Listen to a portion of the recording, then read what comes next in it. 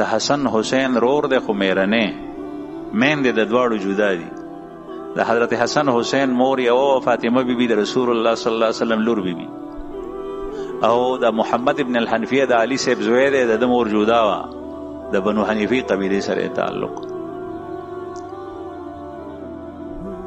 نو دنه یو ځل چا تپوس وکړو، ورته وی دی به پلار هر محاذ ته په جهاد کې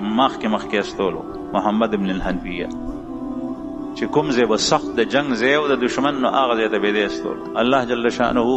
د پلار غونې قوت او طاقت هم ورکړی، پهلوان او محمد ابن الحنفیه مشهور واقعات دي. نو دنه چا تپوس وکړو چې حسن او حسین رضی الله عنهما اخوم ستارونه دي او د علي صاحب بچی دي، هغه پلار محاذ ته ناستی مخکې سخت ځای ته او تا استی دا ولې؟ د بعضې خلکو د سوال مقصد هم خدای خبر چې شاته ورپسې سي. د صحابو په زمانه کې فتنې پیدا شوې او د صحابو په منځ کې د پوټ اچولو دپاره چې توړ راشي، اختلاف راشي، د دشمن انتهایی چلیدلې چال د مسلمانانو ته نقصان رسولو هغه دا دی چې دوی په خپله کې اختلاف راشي، پارټۍ شي، بیل شي، د یو بل دشمنان شي، یو بل سره نفرت او بغض پیدا شي، رور د رور نه جدا شي، تره د وراره نه جدا شي، هر یو په خپله کې جدا شي. چې کله دا کار وشو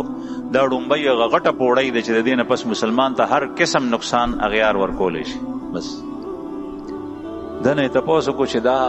حسن او حسین خو سخت ځای ته ناست دی او تاسو ته یې دا ولې؟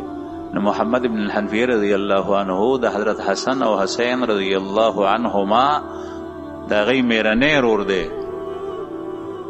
او نن سبا د میرنو رونو تاسو ته پته ده زمونږ په دې ماحول او معاشره کې تعلق خنی په جیدات باندې جګړه، کینه، بغض، نفرت دا پیدا کیږي ځکه چې میندې جدا دي.